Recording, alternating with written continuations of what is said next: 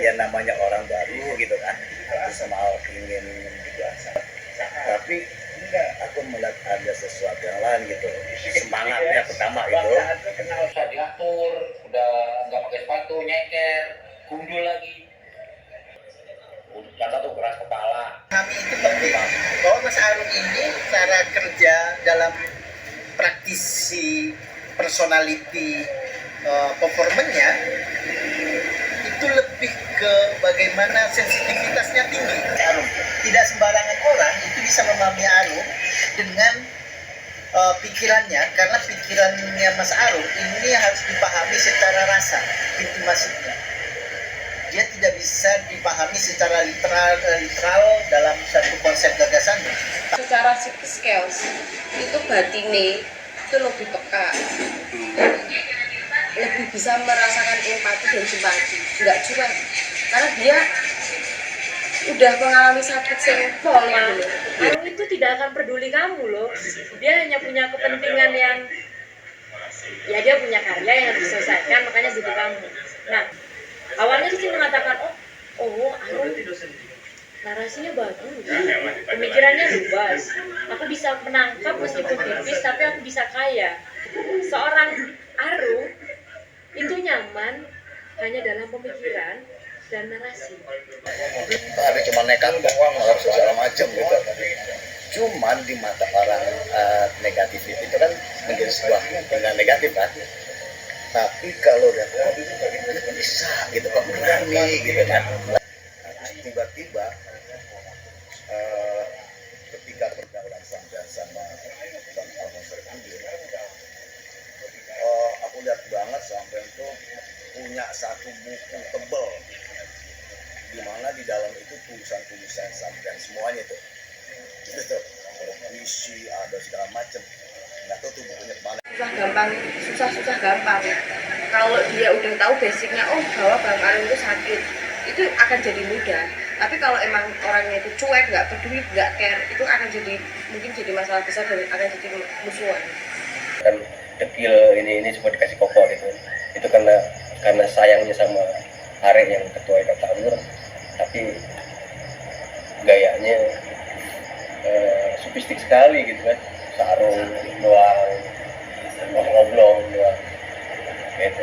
Tetapi itu yang jadi mungkin jadi cerita gue, kita selama berjalan di Ikatamur, di perjalanan dari tahun belum masuk kemudian sampai terakhir itu kan tidak ada sesuatu yang krusial di teater umum ya, karena semuanya berjalan dengan cukup baik ya. Ya waktu ketemu aku tuh merasa kayak orang gila nih, ketemu orang gila.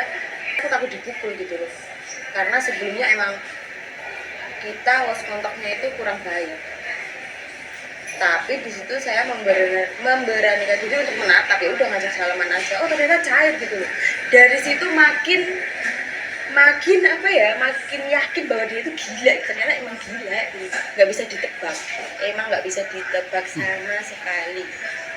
Tapi dia sering tidur di atas tuh ya kan. Yang gua kenal Ari itu orangnya dibilang temperamen, dia temperamen banget, apalagi kalau masalah kerjaan.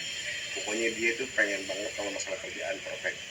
Nah terus kalau dibilang masalah kerjaan dia maksain kehendaknya, dibilang kagak, tapi kebutuhan kayaknya. Kebutuhannya tapi dia lebih berpikir buat ke teman-temannya. Satu episode 14 juta. Nah, kita pakai tentara tuh dia tuh. Sutradara dia, produser dia, PU gue, unit gue, semuanya gue. Sehari syuting kita cuma sisa 2 juta. Udah sama dipicak deh. Lu butuh berapa ini, lu gope atau sejuta. Bisa syuting lagi. Itu udah kagak ada lagi udah.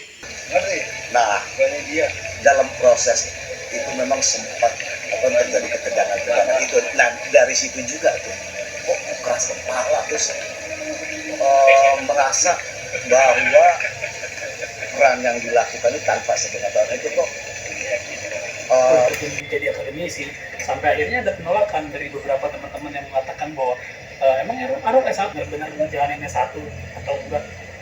Gue pernah kebetulan ngedit videonya Mas Arung dan gue ngeliat beberapa data. Gue ngomong juga ke beliau, ke orang itu. Gue ngeliat kok dia foto sama keluarganya pakai toga apa. Gue ngeliat kok di mana di acaranya, pokoknya ya enggak, di acaranya sih di rumah. emang kenapa ya? Gue jadi pertanyaan gitu, kenapa sih emang sebegitu pentingnya dia jadi S1 atau enggak? Kalau gue sih nggak peduli ya, seenggak-enggaknya selagi dia terlihat membuat sebuah pertunjukan atau mungkin dia bikin memang yang berhubungan dengan kemerdekaannya Mas Arum sendiri, menurut gue itu dia sebagai support, sebagai teman aja gitu. Gue doain aja apa yang dia buat itu baik buat dia kayak gitu-gitu. Dan gue kaget juga kenapa sejauh itu penolakannya gitu sampai akhirnya diungkit-ungkit sampai Kalimatmu itu selalu berulang terus, nggak pernah puas. Kamu udah pernah ngomong A ke aku, kamu bisa mengulang aku itu bahkan bisa 10 kali. Dan itu bisa ciri Nggak orang puas sakit. gitu. Menurutku iya. Karena apa? Karena feedback kamu tidak sesuai dengan ekspektasimu. Itu bisa dilawan dengan mungkin aku hanya diam atau mengiyakan aja. Ya mengiyakan atau memberikan sesuai dengan apa yang kamu validasi pun kalau tidak sesuai dengan ekspektasinya Dia akan terus mengulang. marah terus. Dan itu tekanan.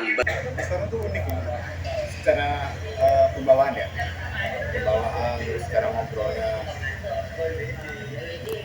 Bagi yang nggak tahu mungkin kok aneh gitu.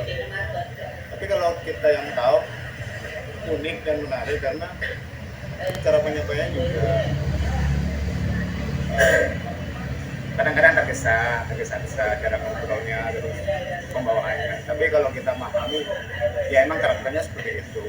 Tidak semua orang karakternya sama. Ya gimana ya, mungkin orang dulu cuma pintar secara intelektual tapi sosialnya nol gitu. Aku pernah mikir yang kayak gitu karena sentuhan ke perempuan maksudnya kalau umumnya kan laki-laki menyentuh perempuan itu dengan kata-kata yang halus kayak gitu. Kalau Bang Arum enggak, bangsat aja kedua tetap.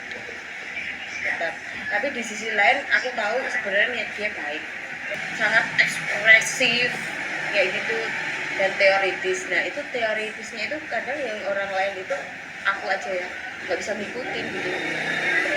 Siapa yang nggak kenal Arum Wardana di acara Trans TV, ya kan? Tapi nggak tahu dia baru punya rumah satu, harusnya yang orang syuting cuma 2 tahun aja bisa punya rumah, punya mobil. Dia tapi masih membelegedes juga sampai sekarang kayak gitu. Kadang-kadang anehnya begini, gue nggak tahu dia di mana, tapi orang yang gue nggak kenal sama dia bisa tahu tuh Arek di mana. Lu nggak ketemu sama Arek kan? Arek ada di sini tuh. Gitu. Lah, kok lu tahu sih? Dia nggak ngabarin ke gue nggak tahu tuh. Dia pokoknya dibilang Nabi Hidir, semi Nabi Hidir kali, ada di mana-mana pokoknya. Malah jadi motor untuk cerita awal sejarahnya Katamur di organisasi yang mulai berjalan cukup ini ya, cukup kesininya terus Katamur yang kita kumpul semua gitu.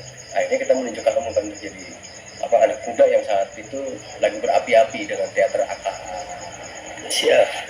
What the fuck? Jadi aku di situ anjing-anjingin, ditolol-tololin. Padahal ngomongku itu biasa aja, tapi ternyata itu sensitif di hatinya.